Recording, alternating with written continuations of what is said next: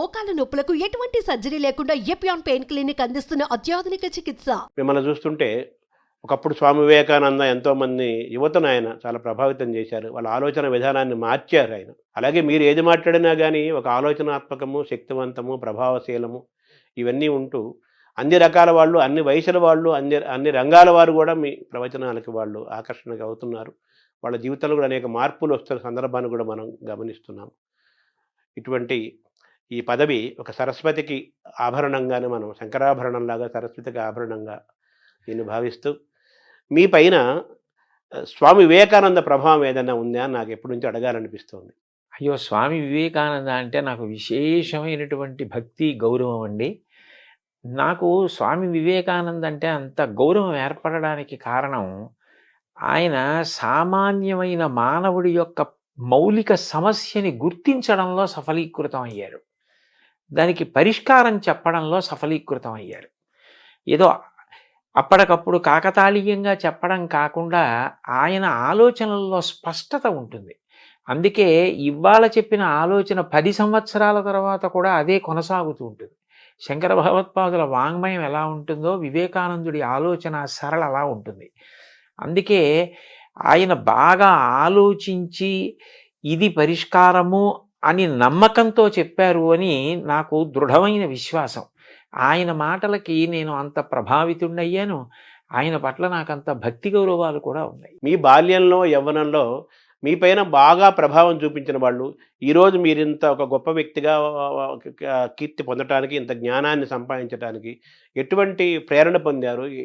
ఎవరెవరు, ఏ ఏ పుస్తకాలు ఏవి మిమ్మల్ని ప్రభావితం చేశాయి? నన్ను ప్రభావితం చేసిన వ్యక్తులు అని చెప్పవలసి వస్తే మొట్టమొదటి వ్యక్తి మహానుభావులు, ప్రాతస్మరణీయులు శ్రీ శ్రీ శ్రీ చంద్రశేఖరేంద్ర సరస్వతి మహాస్వామి గారు. ఆయన ఒక విషయం కాదండి, అసలు కాలంలో సంధ్యాకాలం దగ్గర మొదలుపెట్టి ఒక పిల్లవాడికి ఉండవలసిన క్రమశిక్షణ, తల్లిదండ్రుల పట్ల దేనికి గౌరవం ఉండాలి, శాస్త్రం ఏం చెప్పింది, అది ఎప్పటికీ ఎట్లా అన్వయం అవుతుంది, అన్నింటినీ కూడా ఆచరణాత్మకంగా మాట్లాడటంలో అంత గొప్ప వ్యక్తి నేను వేరొకరిని గమనించలేదు. అనేక విషయాలు మాట్లాడతారు, కానీ నేను వ్యక్తిగతంగా గమనించింది ఏంటంటే చంద్రశేఖరేంద్ర సరస్వతి మహాస్వామి వారు ఒక సామాన్య గృహిణి కర్తవ్యం దగ్గర నుంచి ఒక మహావిద్వాంసుడి కర్తవ్యం వరకు, సమాజ నిర్మాణంలో పరిపాలకుల దగ్గర నుంచి విద్యార్థుల వరకు ఆయన స్పృశించని విషయాలు లేవు. ఆయన అనుగ్రహ భాషణాలు నన్ను బాగా ప్రభావితుణ్ణి చేశాయి. ఆ పైన మా గురువుగారు రామాయణ, భారత, భాగవతాది గ్రంథాల గురించి మాట్లాడేటప్పుడు వారు పరవశంతో చెప్పినటువంటి కొన్ని మాటలు నన్ను ఆ ఇతిహాసాలు, కావ్యాలు, పురాణాల వైపుకి బాగా ఆకర్షితుణ్ణి అయ్యేటట్లుగా చేశాయి. వీళ్ళు నన్ను బాగా ప్రభావితం చేసిన వ్యక్తులు.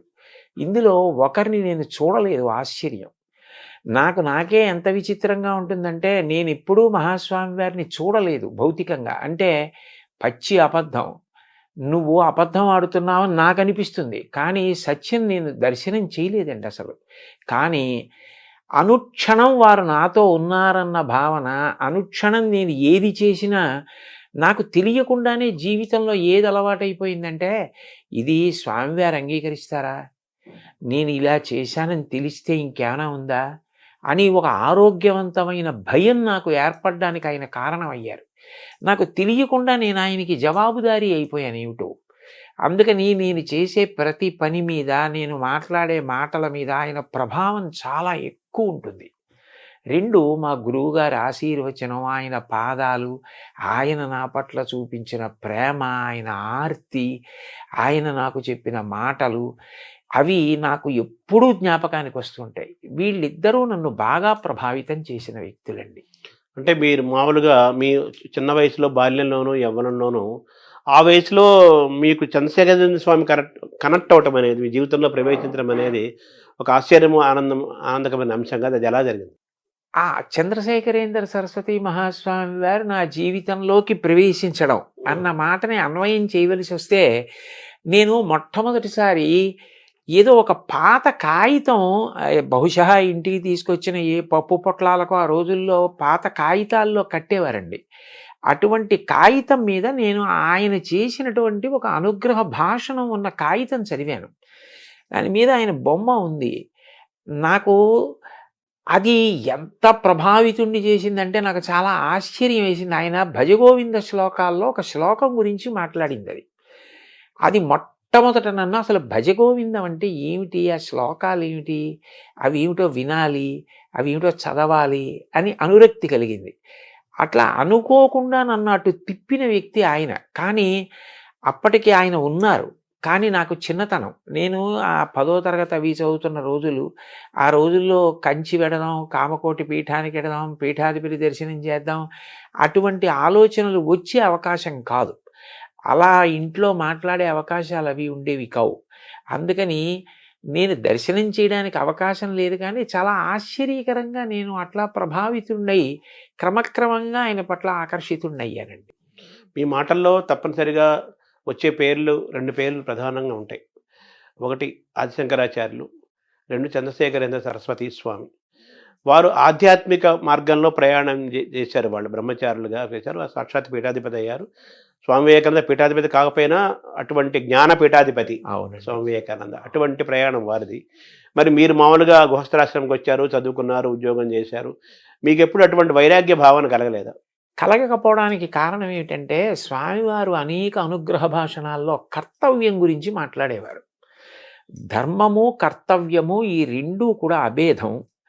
నువ్వు ఏది చెయ్యాలో అది చెయ్యడమే ధర్మం, అదే కర్తవ్యం. అది ఆశ్రమం మీద ఆధారపడుతుంది. బ్రహ్మచారి తన ఆశ్రమాన్ని బట్టి కర్తవ్యం చేయాలి, గృహస్థాశ్రమ కర్తవ్యం చేయాలి, వానప్రస్థు ఆశ్రమ కర్తవ్యం చేయాలి. ఎవరి కర్తవ్యాన్ని వారు నిర్వర్తిస్తే ఆ ఆశ్రమం వారి ఉద్ధరణకి హేతు అవుతుంది తప్ప ఖచ్చితంగా ఈ ఆశ్రమం కన్నా ఈ ఆశ్రమంలో ఉంటేనే తరిస్తారని భావించనవసరం లేదు.